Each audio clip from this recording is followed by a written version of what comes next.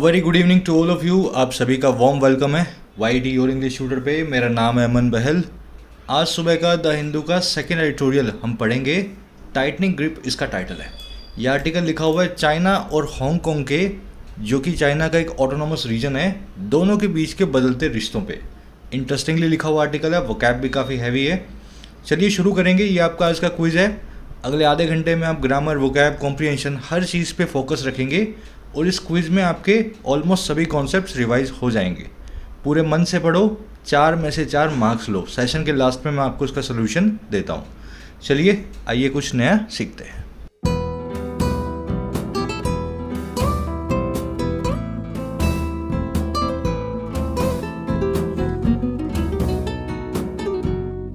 कह रहा है टाइटनिंग ग्रिप। देखिए टाइट मतलब कसा हुआ। टाइटन एक वर्ब होती है, देख लो पीछे TEN, इसका मतलब होता है कसना। टाइट तो एक एडजेक्टिव है, टाइटन एक वर्ब है। टाइटनिंग का मतलब होता है कसती हुई, है ना, कसी जाती हुई। और ग्रिप का मतलब होता है पकड़। किसी चीज़ के ऊपर अपनी पकड़ को कसा जा रहा है और तेज़ी से बनाया जा रहा है। और बात किसकी कर रहा है भाई? बात कर रहा है on Hong Kong China relations, China और हांगकांग के रिश्तों की।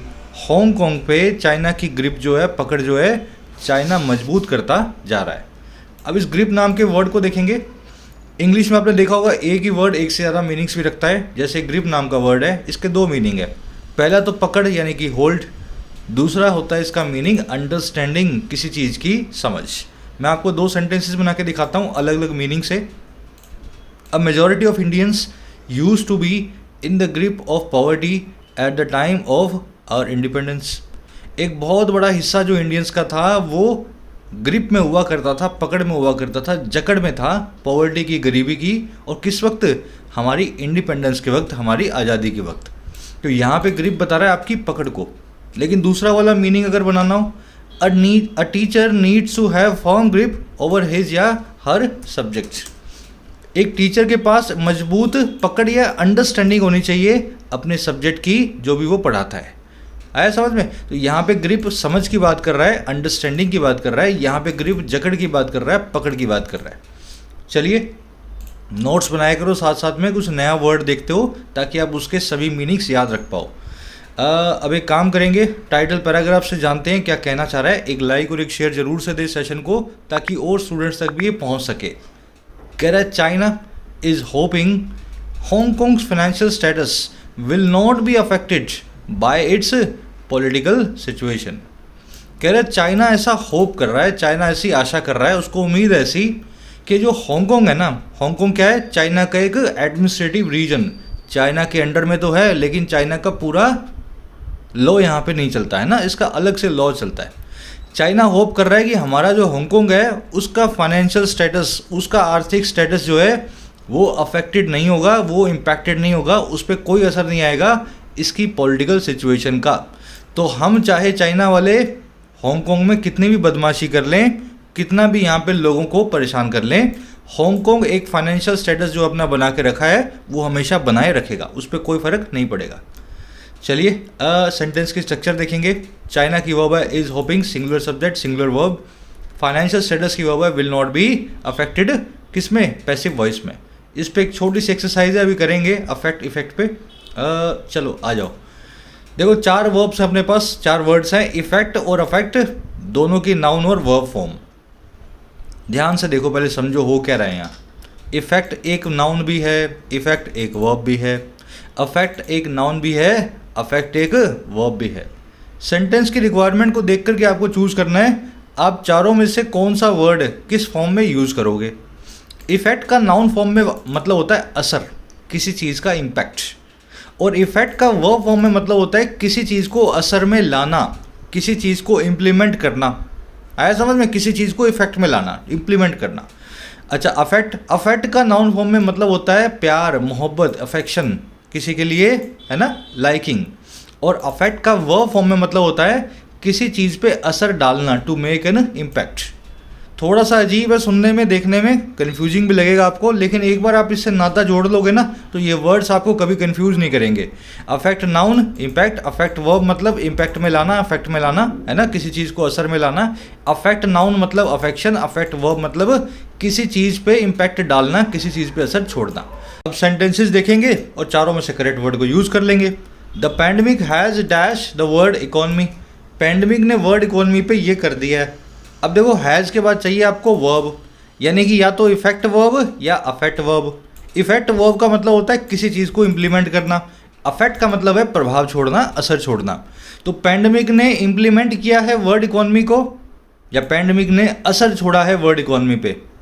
ऑब्वियस सी बात है, असर छोड़ा है ना, तो क्या बोलूँगा यहाँ पे हैज़। अब अफेक्ट की थर्ड फॉर्म लगा दूंगा, हैज़ के बाद थर्ड फॉर्म ही आती है अफेक्टेड द वर्ड इकोनॉमी। तो ऐसे आपको चूज करना करेक्ट वर्ड को, कोशिश करो सभी के सभी। सेकंड वाले को ले लो, the pandemic has left and जो भी रखोगे यहाँ पे on the word economy. Pandemic ने छोड़ दिया है एक चीज़ को वर्ड इकोनॉमी पे। अब यहाँ पे लीव यानी कि लेफ्ट वर्ब की थर्ड फॉर्म का एक ऑब्जेक्ट हमें चाहिए। एन आर्टिकल भी लगा हुआ है तो उससे भी पता लगा यहाँ पे एक नाउन आना चाहिए, या तो इफेक्ट नाउन आएगा या अफेक्ट नाउन आएगा। तो पैंडमिक ने क्या छोड़ा है, अपना इम्पैक्ट छोड़ा है या अपना प्यार छोड़ा है। वर्ड इकोनॉमी पे प्यार तो नहीं छोड़ा, इम्पैक्ट छोड़ा ना, तो इम्पैक्ट के लिए मैं अफेक्ट यानी कि इफेक्ट नाम का नाउन यूज़ करूँगा। Has left an effect on the word economy.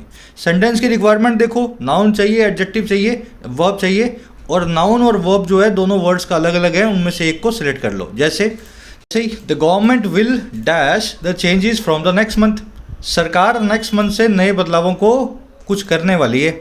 Will एक हेल्पिंग वर्ब है, इसके बाद चाहिए आपको मेन वर्ब। अब चाहिए वर्ब या तो इफेक्ट या अफेक्ट। अब मुझे बताओ सरकार नए चेंजेस को क्या करेगी, उन पे असर डालेगी या उनको इम्प्लीमेंट करेगी। ऑफ कोर्स इम्प्लीमेंट करेगी, तो यहाँ पे बेस फॉर्म लगा दो विल इफेक्ट द चेंजेस। और लास्ट में the dash of a mother for her child is incomparable.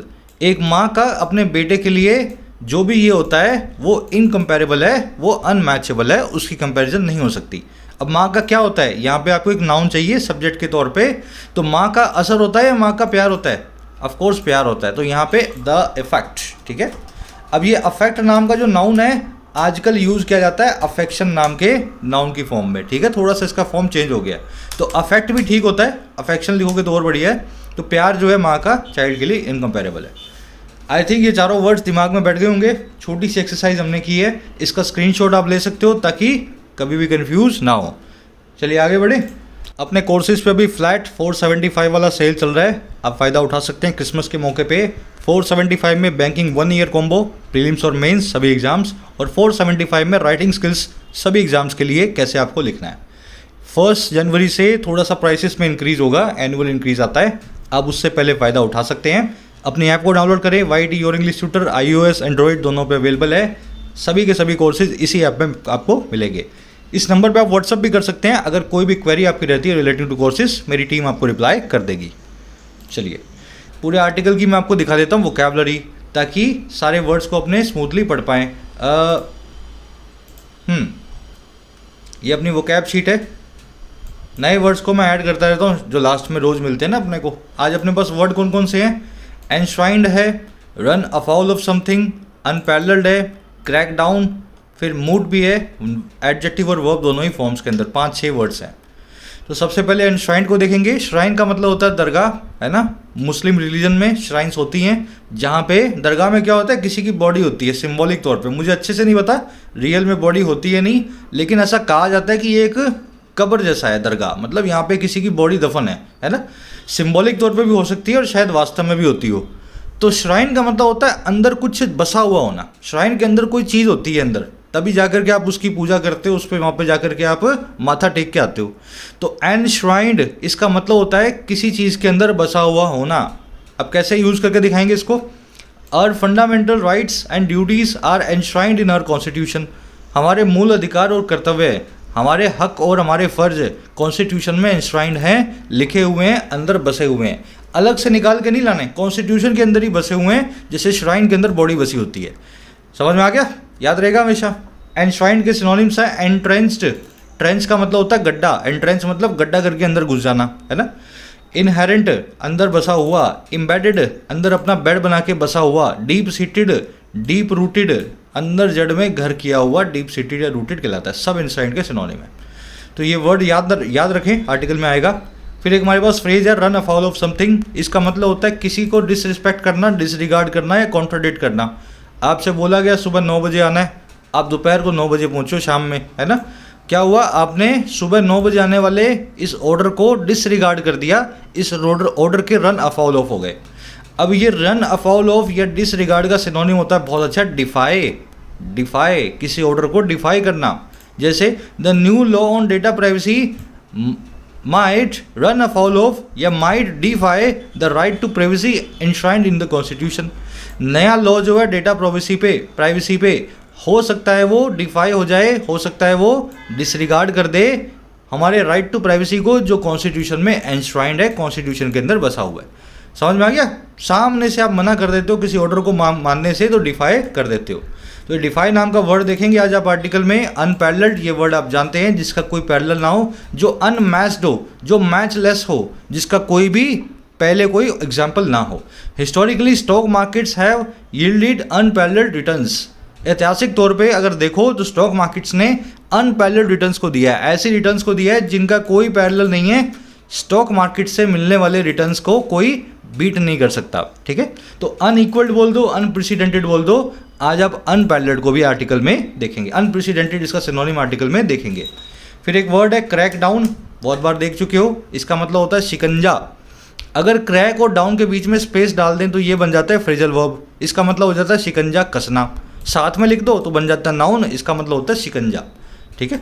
The police are running an operation to crack down on the narcotics business. Police वाले एक operation को चला रहे हैं धर पकड़ करने के लिए, शिकंजा कसने के लिए नशे के व्यापार पे, ठीक है। इसको क्लैंप डाउन भी बोलते हैं, कर्ब भी बोलते हैं, रेन इन भी बोलते हैं। शिकंजा कसते हो तो आप कंट्रोल करते हो, कर्ब रेन इन कंट्रोल के सिनोनिम्स है। चलिए एक वर्ड है लास्ट हमारे पास, मूट। थोड़ा सा ये मतलब परेशान करने वाला वर्ड है, क्योंकि इसके दो है जो इसके फॉर्म्स हैं। एडजेक्टिव फॉर्म भी मूट है और वर्ब फॉर्म भी मूट है।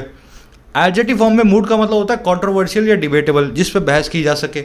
जैसे it's a moot question when will the pandemic be over. ये कंट्रोवर्शियल क्वेश्चन है, डिबेटेबल सवाल है, कब पैंडेमिक ओवर होगी, कब पैंडेमिक खत्म होगी, ठीक है। अब लेकिन मूड जब वर्ब फॉर्म में आता है तो इसका मतलब होता है किसी चीज़ पे बहुत सोचना, गहरा विचार करना, है ना। जैसे the UP government mooted the idea of a GST system and the NDA implemented it. UPA की सरकार ने मूट किया था, डिस्कस किया था, केयरफुली थिंक किया था एक आइडिया को जीएसटी के इम्प्लीमेंटेशन के, और एनडीए की सरकार ने उस विचार को, उस ख्याल को इम्प्लीमेंट किया। तो इस तरीके से मूट नाम की वर्ब को आप एडजेक्टिव और वर्ब दोनों फॉर्म में देखते हो इस वर्ड को। तो ये 6 वर्ड्स हैं। चलिए समरी टाइम, किस बारे में लिखा हुआ आपको पता लगे। समरी बहुत सीधी सी, आपको थोड़ा सा हिस्ट्री में जाना होगा हांगकांग और चाइना की। हांगकांग चाइना का पार्ट हुआ करता था, बाद में ब्रिटिश राज ने हांगकांग को अपनी कॉलोनी बनाया। 1997 में ब्रिटिश ने हांगकांग को वापस हैंडओवर किया चाइना को कि आप अपना हिस्सा वापस हमसे ले लो। लेकिन तब तक हांगकांग की सोसाइटी चेंज हो चुकी थी, यहाँ पे लोग वेस्टर्नाइज हो चुके थे। पूरा का पूरा जो कैपिटलिस्ट मार्केट जो था इनका, चाइना की मार्केट से बिल्कुल अलग था। तो चाइना के एक बड़े लीडर थे डेन शाओपिंग। इन्होंने हांगकांग के लोगों से वादा किया कि 50 साल के लिए आपका कल्चर, आपका वे ऑफ लाइफ हम बिल्कुल इंटैक्ट रहने देंगे, इसमें बिल्कुल भी बदलाव नहीं करेंगे। साथ में हांगकांग में एक अलग कॉन्स्टिट्यूशन लगाएंगे। हांगकांग एक सेपरेट एडमिनिस्ट्रेटिव रीजन की तरह काम करेगा चाइना के लिए। तो हम चाइनीज़ लोग जो हैं हांगकांग में अपनी टांग नहीं फंसाएंगे, आप अपने हिसाब से जियो, बस आप चाइना का पार्ट हो। अब वो 50 के 25 साल हुए हैं, एनिवर्सरी है 25 सालों की, लेकिन हम देख रहे हैं कि 25 सालों में ही चाइना अपने वादों को भूल बैठा है। हांगकांग के इलेक्शन सिस्टम में, वहाँ की लिबरल वैल्यूज़ में, वहाँ के एकेडमिक करिकुलम में चाइना बहुत बड़े बड़े बदलाव कर रहा है जो वहाँ के लोगों को पसंद नहीं आ रहे हैं। हमारा आर्टिकल यही कह रहा है कि 25 साल से जो शांति और सुख शांति से जो इनका चल रहा था ना, लगता नहीं है और लंबा चल पाएगा, क्योंकि हांगकांग के लोग इसी कीमत पे चाइना के साथ जुड़े हुए थे कि चाइना उनके कामों में टांग नहीं फंसाता है। लेकिन अब चाइना ने टांग फंसाना शुरू कर दिया है, हो सकता है रिलेशनशिप बहुत लंबी ना चले। समझ गए। अब डिटेल में देखते हैं कैसे टांग फंसा रहा है ना। आर्टिकल की टोन कही जा सकती है कंसर्न्ड या वरीड। ये वरी दिखा रहा है अपनी, अगर हांगकांग के लोग जो है परेशान हुए तो इसका रिजल्ट क्या निकलेगा। शुरू कर लेते हैं आर्टिकल को। कह रहा है July 1, 2022 will mark 25 years since Hong Kong's return to China. कह रहा है जुलाई 1 2022 जो है मार्क करेगा 25 सालों को। अच्छा कब से, कौन से 25 साल भाई? जब से हांगकॉन्ग रिटर्न हुआ, हांगकॉन्ग की वापसी हुई चाइना की तरफ। तो पहले चाइना के पास था, फिर अंग्रेज़ ले गए, फिर अंग्रेज़ों ने वापस कर दिया। तो 22 मतलब 2022 जुलाई 1 को 25 साल इस बात को हो जाएंगे। तो ये डेट जो है ये आपका सब्जेक्ट है, विल मार्क आपकी वर्ब है, मार्क का मतलब होता है निशान बनना, किसी चीज़ को सिग्निफाई करना। चलो आगे बढ़ते हैं। कह रहे next years anniversary is imbued with a special significance. कह रहा है अगले साल की जो एनिवर्सरी है ना, मतलब 26वीं एनिवर्सरी, क्या होगा भाई? ये मतलब 25वीं एनिवर्सरी वो भरी हुई है इम्ब्यूड विद एक बहुत ही स्पेशल सिग्निफिकेंस से, एक बहुत ही खास इंपॉर्टेंस से, है ना। तो इस 2022 वाली जो 25वीं जो जुबली है, इसकी एनिवर्सरी है, वो भरी हुई है इंपॉर्टेंस से, सिग्निफिकेंस से। एनिवर्सरी की वर्ब है इम्ब्यूड विद। इम्ब्यूड एक एडजेक्टिव होता है, इसका मतलब होता है फिल्ड विद होना। याद रखें, फिल्ड विद और इम्ब्यूड विद ऐसे ही चलते हैं ये एडजेक्टिव्स। अब ऐसा मत लिखो इम्ब्यूड बाय, इम्ब्यूड इन, है ना, इस तरीके से एडजेक्टिव काम नहीं करते हैं। फिक्स प्रेपोजिशन को पकड़ा करो, कौन से प्रेपोजिशन, कौन से एडजेक्टिव, कौन से वर्ब, कौन से नाउन के साथ कैसे काम करती है, ये आप एक बार पकड़ोगे तो फिर आपके दिमाग में बैठती जाएंगी। चलिए, सिग्निफिकेंस का मतलब होता है इंपॉर्टेंस। कह रहा है it marks the half way point in Deng Xiaoping's 50-year guarantee made in 1997 that Hong Kong's previous capital system and way of life shall remain unchanged for 50 years. A promise enshrined in the basic law under which Hong Kong is governed. अब बता रहा है अगली बार क्या होने वाला है, ये 25वें साल पे क्या बड़ी खास बात है। कह रहा है ये जो नेक्स्ट एनिवर्सरी है ना, जो स्पेशल सिग्निफिकेंस वाली है, ये एनिवर्सरी मार्क करती है हाफ वे पॉइंट को, 50% पॉइंट को। हाफ वे मतलब आधा वे हो चुका है, 50% आगे आ चुके हैं। अच्छा किस में भाई? डेन शाओपिंग नाम के इस बड़े आदमी के 50 साल की गारंटी में। चाइना का एक बड़ा प्रीमियर था, चाइनीज़ पार्टी का एक बड़ा नेता था, तो इसकी 50 साल की गारंटी का 50% टाइम निकल जाएगा, जो की गई थी 1997 में। और गारंटी ये थी कि हांगकॉन्ग का जो कैपिटलिस्ट सिस्टम है और वहाँ लोगों के जो जीने का तरीका है वो रहेगा अनचेंज्ड 50 सालों के लिए। कह रहा है ये एक ऐसा प्रॉमिस भी है जो अंदर बसा हुआ है, एनश्राइंड है, एम्बेडेड है, एंट्रेंस्ड है बेसिक लॉ के अंडर में, जिसके अंडर हांगकॉन्ग को गवर्न किया जाता है, हांगकॉन्ग पे राज चलाया जाता है। आया समझ में? तो यही बताना चाह रहा है, अगली बार में 25 साल हो जाएंगे, पर ये 25 साल जो है 50 साल का आधा भी है। वो 50 साल की गारंटी जिसमें हांगकॉन्ग को इंडिपेंडेंटली अपना काम चलाने के लिए आज़ाद किया गया था। इट की वर्ब है मार्क्स। चाइना के हांगकॉन्ग के प्रीवियस कैपिटल सिस्टम और वे ऑफ लाइफ की वर्ब है शैल रिमेन। एनश्राइंड आप जान चुके हैं, हाफ वे मार्क मतलब 50%। हांगकॉन्ग की वर्ब है इज गवर्नड। बड़े आगे गवर्न का मतलब समझते हो ना, एडमिनिस्ट्रेशन चलाना कहीं पे। कह रहे for much of the past 24 years Hong Kong defied wide expectations that the one country two systems model would crumble shortly after the hand over. कह रहे 25 सालों से या पिछले 24 सालों से या 24 सालों के एक बहुत बड़े हिस्से तक, for much of the 24 years, हुआ क्या? हांगकॉन्ग ने डिफाई कर दिया, हांगकॉन्ग ने डिसरिगार्ड कर दिया, रन अफाउल हो गया हांगकॉन्ग। और किसके? उन बड़ी बड़ी एक्सपेक्टेशंस के, उम्मीदों के। दैट वो ये कि वन कंट्री दो सिस्टम का जो मॉडल चाइना चला रहा है, कंट्री एक होंगी, सिस्टम दो होंगे। चाइना और मॉडल का, हांगकॉन्ग का अलग अलग मॉडल होगा। कह रहे ये मॉडल जो है क्रम्बल कर जाएगा, कोलैप्स कर जाएगा, ढह जाएगा बहुत ही जल्दी, शॉर्टली। और किसके बाद? हैंड ओवर के बाद, इन दोनों के मतलब ट्रांसफ़र के बाद में, जब यहाँ ब्रिटिश से हांगकॉन्ग हैंड ओवर हुआ था चाइना को। आया समझ में? तो सब बोल रहे थे ये जो गारंटी वारंटी चल रहा है ये सब मजाक की बातें हैं, ये सिस्टम चलेगा नहीं, हांगकॉन्ग ढहने ही वाला है। लेकिन 24 साल से हांगकॉन्ग सबकी उम्मीदों को डिफाई करता आ रहा है, डिसरिगार्ड करता आ रहा है। चलिए सेंटेंस के स्ट्रक्चर देख लेते हैं। हांगकॉन्ग की वर्ब है डिफाइड, ये मॉडल की वर्ब है वुड क्रम्बल। क्रम्बल एक सीधा सा वर्ड है, इसका मतलब होता है ढह जाना, कोलैप्स कर जाना। हैंड ओवर का मतलब होता है ट्रांसफ़र, हैंड प्लस में ओवर, एक हाथ से दूसरे हाथ में जब कोई चीज़ जाती है वो ट्रांसफ़र, एक्ट ऑफ ट्रांसफरिंग कहलाता है हैंड ओवर। चलिए आगे बढ़े।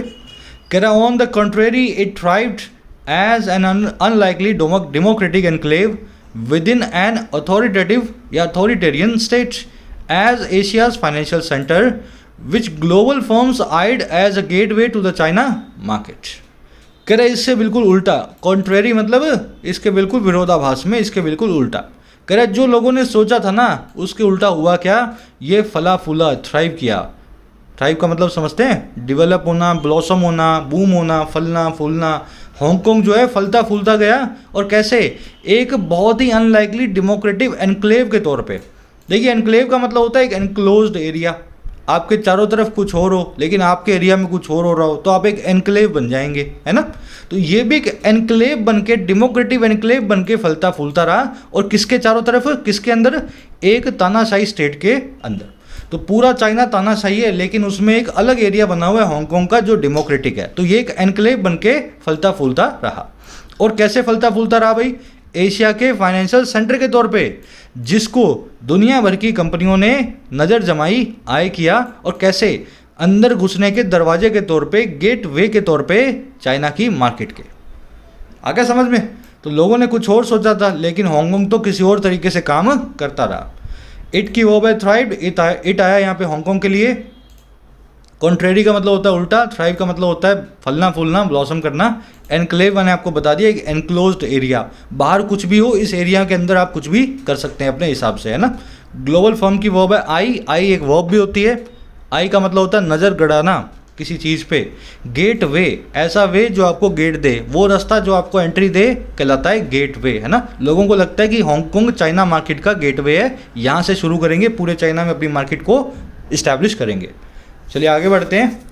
कह रहा research developments how ever suggest the model is coming under unprecedented stress.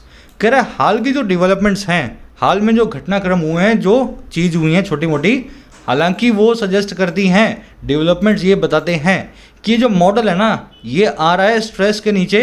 और कैसे तनाव के नीचे भाई, कैसी स्ट्रेस के नीचे, जो अनप्रेसिडेंटेड है, जो मैचलेस है, जो अनपैरेलल्ड है, जिसके नीचे आज तक कभी ये नहीं आया था। आया समझ में। तो 24 साल तो अच्छा चला मामला, लेकिन पिछले 1-1.5 साल में हांगकांग में काम बन नहीं रहा है ना, सिचुएशन जो है खराब हो रही है। डेवलपमेंट्स की वर्ब होगी सजेस्ट, मॉडल की वर्ब है is coming, present continuous tense, unprecedented, unparalleled, unmatched, जिसका कोई मैच ना हो, है ना। चलिए आगे बढ़े।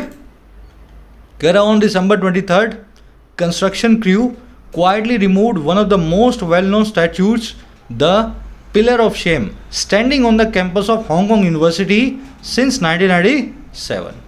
अब हुआ क्या भाई, स्ट्रेस कैसे आ रही है। दिसंबर 23 को कुछ हुआ है इसी साल। क्या हुआ है, कंस्ट्रक्शन जो क्रू है, क्रू का मतलब होता है ग्रुप, कंस्ट्रक्शन आप जानते हैं, जो तोड़ने फोड़ने वाले, कंस्ट्रक्ट करने वाले जो होते हैं, बनाने वाले, उनका जो एक ग्रुप था, उसने चुपचाप क्वाइटली रिमूव कर दिया, हटा दिया एक वहाँ के सबसे जो वेल नोन स्टैचूज हैं उनमें से एक स्टैचू को। तो जो बड़े बड़े हांगकांग में जाने जाने वाली मूर्तियाँ थी उनमें से एक मूर्ति को वहाँ से चुपचाप रिमूव कर दिया। अब इसका नाम क्या है भाई इस मूर्ति का, स्टैचू का, पिलर ऑफ शेम। अच्छा ये कहाँ पे खड़ा था, ये स्टैंड कर रहा था कैंपस में, प्रीमाइसिस में, हांगकांग यूनिवर्सिटी के 1997 से।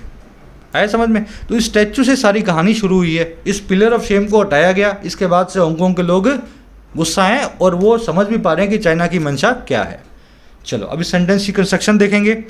कंस्ट्रक्शन क्रू की वर्ब रिमूव्ड, स्टैंडिंग एक एडजेक्टिव है, पिलर ऑफ शेम नाम के स्टैचू के लिए बताया गया है कहाँ खड़ा था, वो स्टैंड करने वाला था जो कैंपस के अंदर। सिंस लगा के आप बताते हैं कौन सी चीज़ कब से काम कर रही है। सिंस के बाद में 1997 एक पॉइंट ऑफ टाइम लिखा हुआ है, जब से ये खड़ा हुआ था इनिशियल टाइम है 1997। तो अगर इनिशियल टाइम आपको दे दिया जाए किसी चीज़ का तो आप सिंस को यूज़ करें, ठीक है। अगर ड्यूरेशन दे दी जाए, मान लो 1987 से 2021 अगर अपने काउंट कर लें, कितने साल हो गए, 24 साल, तो यहाँ पे 4 लगा देते। आगे बढ़ेंगे। एडवर्बियल फ्रेजेस जब भी शुरू में आए, जैसे ही एडवर्बियल फ्रेज ऑफ टाइम है, रीजन भी हो सकता है, प्लेस भी हो सकता है ना। तो जब भी एडवर्बियल फ्रेज सेंटेंस के शुरू में आते हैं अपने बाद कोमा लेते हैं। ये पंक्चुएशन का रूल है, राइटिंग स्किल्स कोर्स में इन चीज़ों को आप सीखते हैं। Carite was erected after a commemoration that year of the June 14, 1989 crackdown at Tiananmen Square. ये जो स्टैचू था ये इरेक्ट किया गया था। ये क्यों बनाया गया था भाई, इरेक्ट क्यों किया गया था, ये खड़ा किया गया था एक कॉमेमोरेशन के बाद। ये कॉमेमोरेशन क्या होता है, को प्लस में मेमोरेशन, मिल करके याद ताज़ा करना, किसी चीज़ को ऑब्जर्व करना। अक्सर बुरी घटनाओं के लिए कॉमेमोरेट करते हैं, अच्छी घटनाओं के लिए हम सेलिब्रेट करते हैं। तो ये जो है ना इरेक्ट किया गया था एक बुरी घटना को याद करने के लिए, उसी साल ही जो हुई थी 1989 में के क्रैकडाउन में, धरपकड़ में टियानमेन स्क्वायर में। तो टियानमेन स्क्वायर को आप नेट पे सर्च करें, बहुत सारे स्टूडेंट्स को चाइनीज सीसीपी पार्टी के समझ लो ऑर्डर्स के ऊपर मारा गया था, टैंक चला चला के, है ना, स्टूडेंट्स के ऊपर जो कि एजिटेट कर रहे थे। तो टियानमेन स्क्वायर के हादसे को कॉमेमोरेट करने के लिए हांगकांग में स्टैचू को खड़ा किया गया था 97 के अंदर। समझ में आ गया? इसलिए इसको सीसीपी ने हटवाया है कि ये हमारी याद को ताज़ा करवाता है बुरे कामों की। इट की वर्ब है वॉज इरेक्टेड, पैसिव वॉइस में, पास्ट इंडेफिनिट टेंस में। कॉमेमोरेशन मैंने आपको बता दिया, observance, together, crack down, clamp down, शिकंजा, है ना, धरपकड़। टियानमेन स्क्वायर एक जगह का नाम है, शायद बीजिंग में ये कहीं पे ही है ना। चलिए आगे बढ़ेंगे। कह रहा the annual Tiananmen vigil at Hong Kong's Victoria Park itself became a symbol of freedoms enjoyed in the SAR। कह रहा है हर साल होने वाली टियानमेन की जो विजिल है, विजिल का मतलब ऑब्जर्वेंस, याद ताज़ा करने का काम। देखो टियानमेन स्क्वायर काम है हुआ है चाइना में। चाइना में तो किसी की हिम्मत है नहीं टियानमेन स्क्वायर की बात करे, टियानमेन स्क्वायर पे हर साल जो है कैंडल जलाए, तो वहाँ तो कुछ होता नहीं है। लेकिन हर साल जो हांगकांग में ये काम हो जाता था ना, विजिल हो जाती थी इस मूर्ति पे, और कहाँ पे, हांगकांग के विक्टोरिया पार्क में खुद ही। कह रहे ये विजिल ही अपने आप में बन गई थी एक सिंबल, एक निशान उन आज़ादियों का जो इन्जॉय की जाती है सिर्फ SAR में, यानी कि special administrative region of Hong Kong में। तो हांगकांग वाले याद ताज़ा करते थे और चाइना को याद करवाते थे कि हम आपसे आज़ाद हैं, देखो आपके बुरे काम भी हर साल ऑब्जर्व करते हैं। विजिल की वर्ब है बिकेम, इंजॉयड एक एडजेक्टिव है, वो फ्रीडम्स जो इन्जॉय की जाती है SAR में। SAR हांगकांग का दूसरा नाम है चाइना के अंदर। चलिए आगे बढ़े। कह रहा this year the park was cordon off by the police and the anniversary went without commemoration.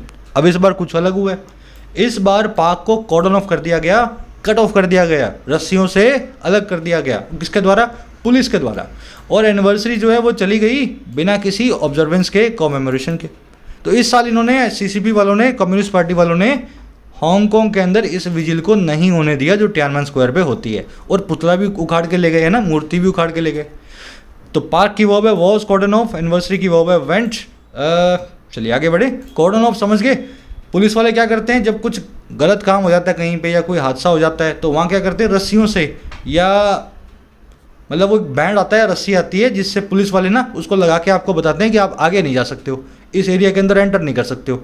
तो वो एरिया कट ऑफ हो जाता है पूरी दुनिया से। तो यही काम किया गया इस पार्क के साथ भी, इसके भी रस्सियाँ बांध के इसको कॉर्डन ऑफ कर दिया।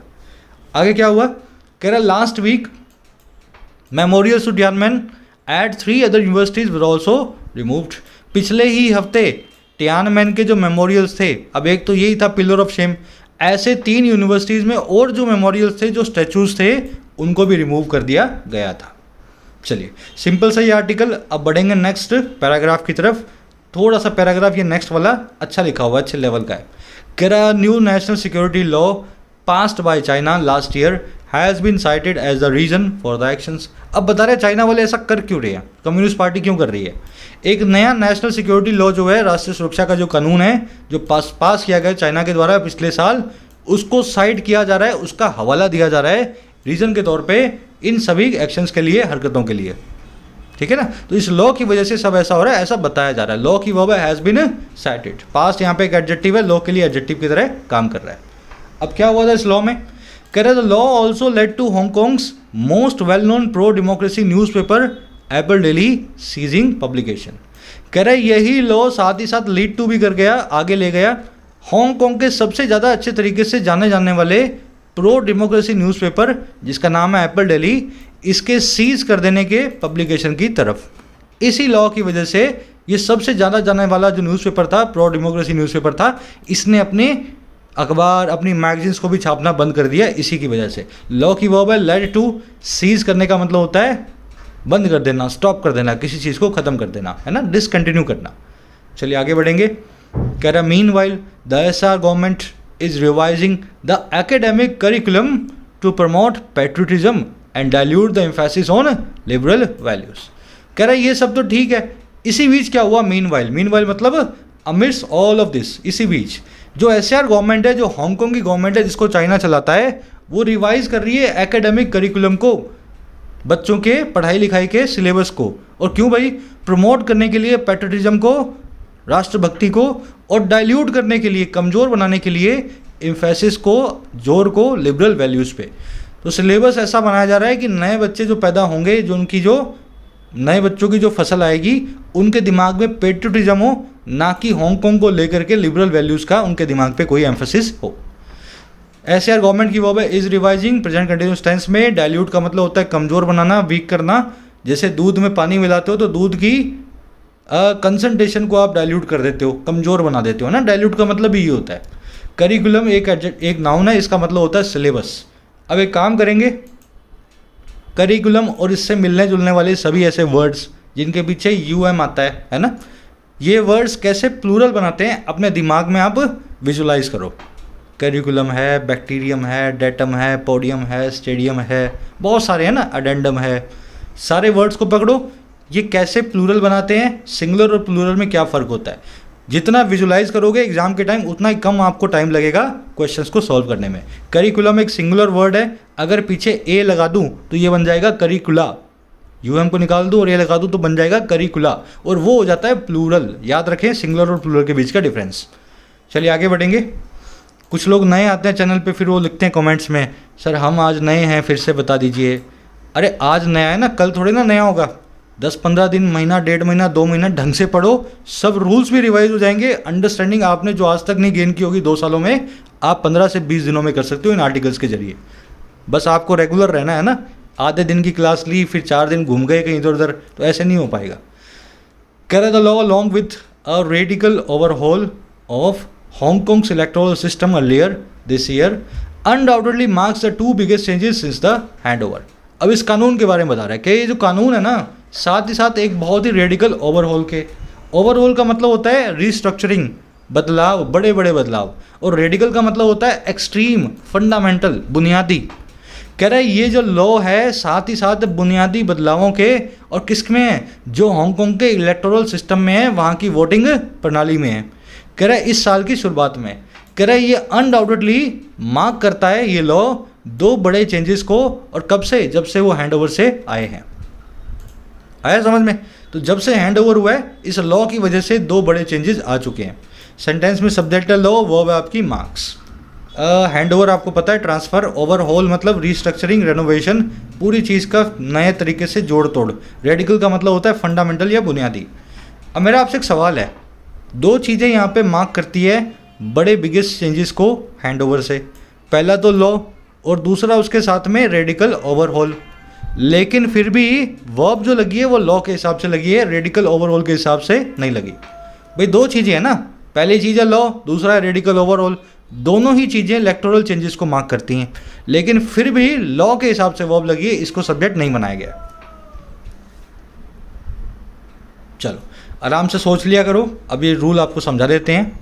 इंग्लिश में ये सारे words along with, as well as, besides, apart from, in addition to, together with, accompanied by, in combination with, in the company of, ये सारे वर्ड्स या फ्रेजेस कहलाते हैं प्रेपोजिशनल फ्रेजेस, मतलब प्रेपोजिशन का काम करते हैं। अब इनका मतलब क्या है? इनका मतलब ये है इनके बाद में जो भी नाउन लिखा हो कभी वो सब्जेक्ट का पार्ट बन ही नहीं सकता।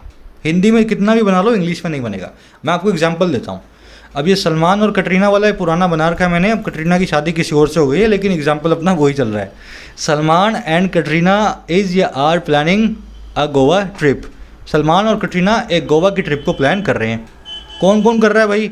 सलमान भी कर रहा है सर, कटरीना भी कर रही है, 2 लोग कर रहे हैं, तो यहाँ पे लगेगा आर। इतना तो आप समझते ही हैं। लेकिन अब आगे बढ़ो। Salman along with Katrina is या are planning a Goa trip. अब यहाँ पे कौन कौन कर रहा है? सर सलमान कटरीना के साथ में कर रहा है, अलॉन्ग विद कटरीना भी है सलमान के, फिर से 2 लोग हैं, तो यहाँ पे लगेगा, यहाँ पे क्या लगेगा? आर। बस अब यहीं पे अपना रूल अप्लाई होगा।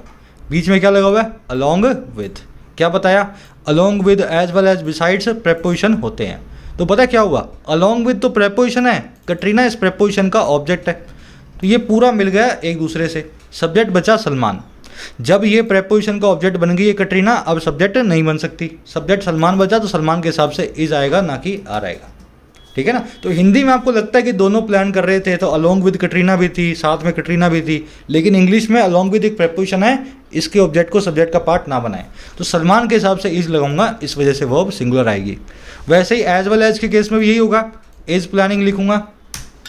बिसाइड्स के केस में भी यही होने वाला है, अपार्ट फ्रॉम के केस में भी यही होने वाला है ना? इज लगाते जाओ सलमान के हिसाब से, इन एडिशन टू यहाँ पे भी वही, और टुगेदर विद वहाँ पे भी वही। अब ये रूल तो समझ गए आप, है ना, मैंने लॉजिकली आपको ग्रामर के हिसाब से समझा दिया। चैलेंज ये होता है कि इन सबको याद रखा जाए। कैसे याद रखोगे? 2 बार बोल लो, नोट्स बना लो, 4 बार रिवाइज कर लो, फिर जहाँ भी देखोगे देखते बता दोगे सर ये ऐसा है, ये ऐसा है, इस वजह से ये सब्जेक्ट बनने वाला है। ठीक है, चलो स्क्रीनशॉट ले सकते हो इसका एक।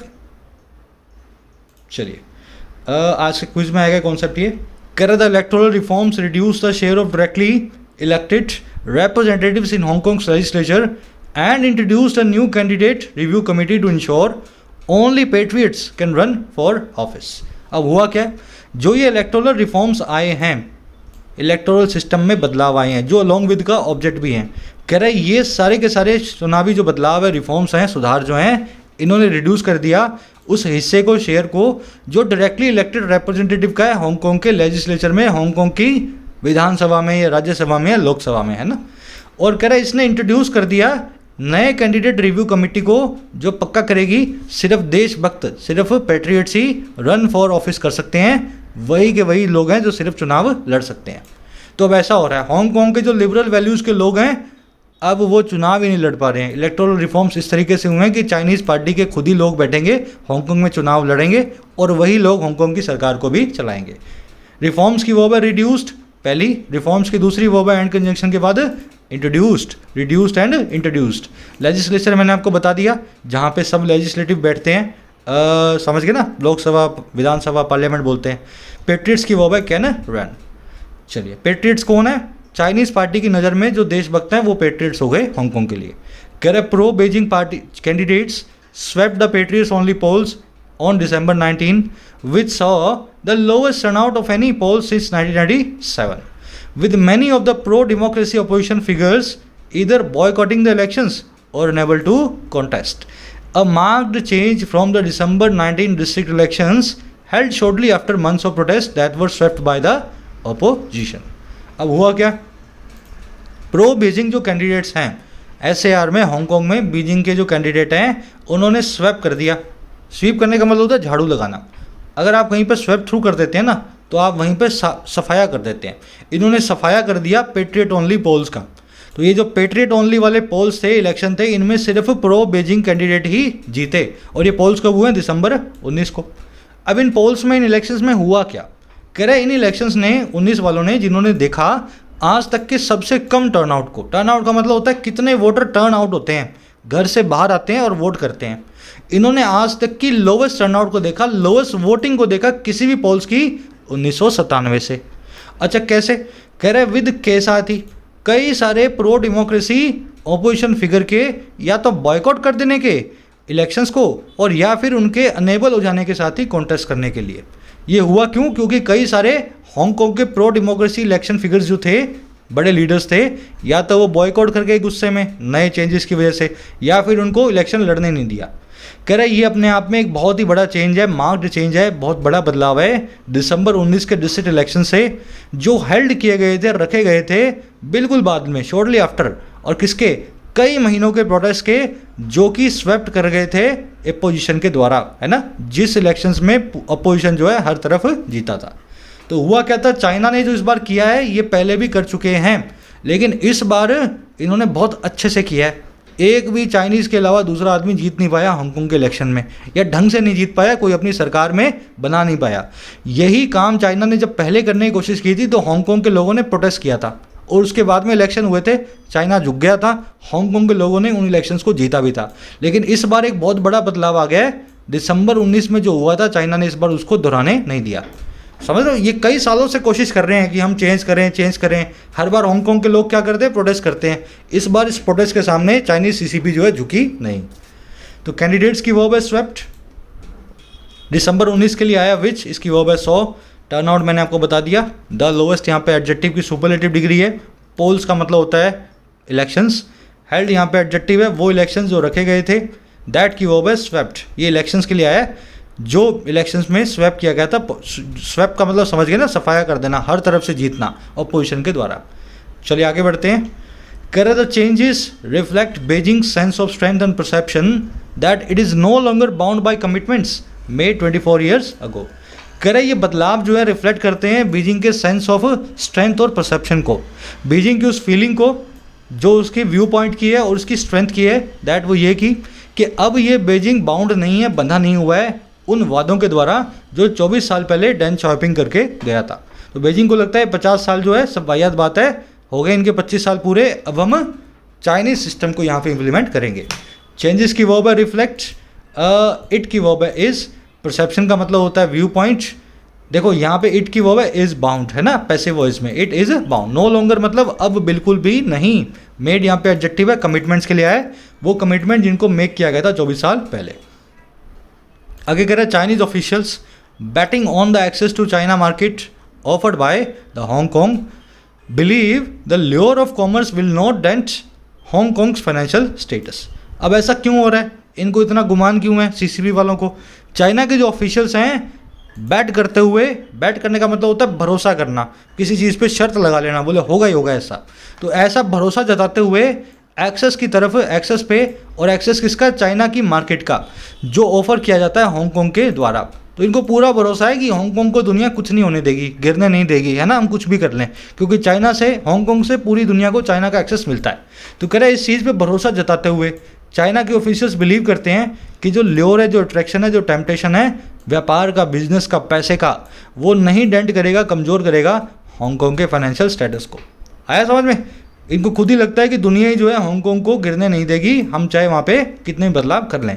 ऑफिशियल्स की वो है बिलीव, जब ऑफिशियल्स ऐसा बिलीव कर रहे थे तभी वो बैट भी कर रहे थे। बैटिंग यहाँ पे है PPSA, present participle simultaneous action. जब दो काम एक साथ होते हैं तो एक काम को वर्ब के ING फॉर्म से बताया जाता है। जैसे having my dinner I was watching television, खाना खाते हुए मैं टीवी देख रहा था, तो हैविंग यहाँ पे खाने के लिए आ गया, वॉचिंग आ गया टेलीविजन के लिए। ठीक है।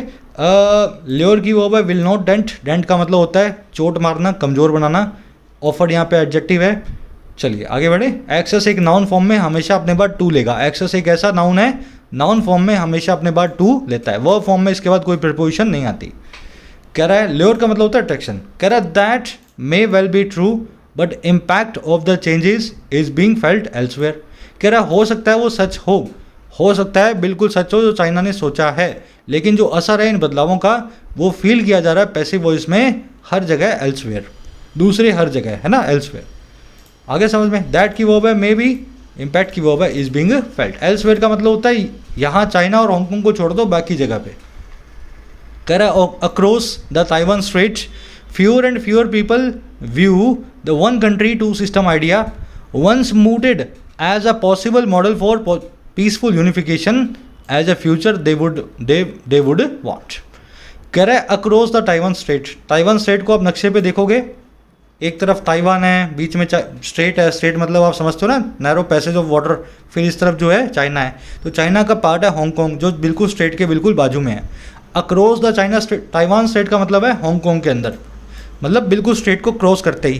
कह रहा है हांगकांग के अंदर है ना आज की डेट में कम से कम लोग, फ्यूअर एंड फ्यूअर पीपल, मतलब रोज़ आप पूछोगे तो लोगों की संख्या कम हो रही है, नंबर कम हो रहा है। वो कौन से लोगों को?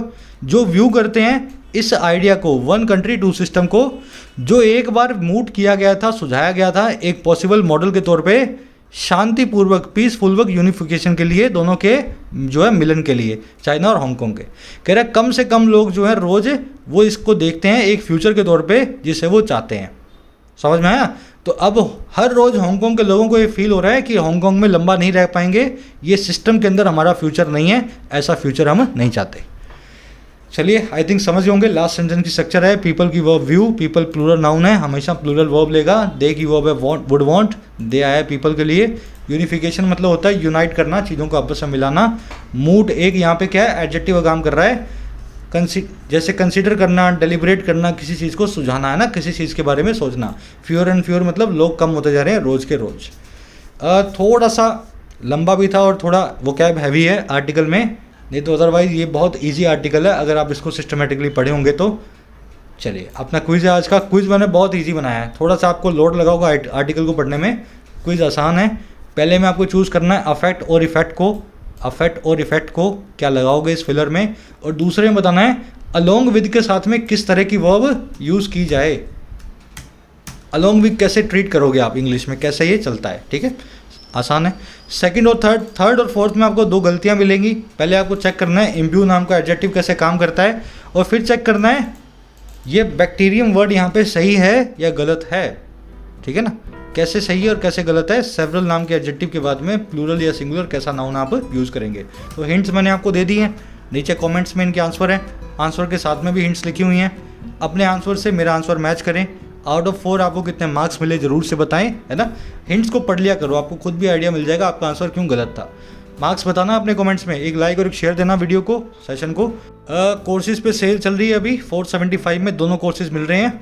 1 जनवरी से दाम बढ़ेंगे, एनुअल GST हाइक आ जाएगा, इसमें GST लगने लग जाएगा। कोई भी क्वेरी हो आपकी, इस नंबर पे आप मुझे व्हाट्सअप करके रिगार्डिंग कोर्सेज, रिगार्डिंग ऐप आप मुझसे पूछ सकते हैं। Until then, signing out.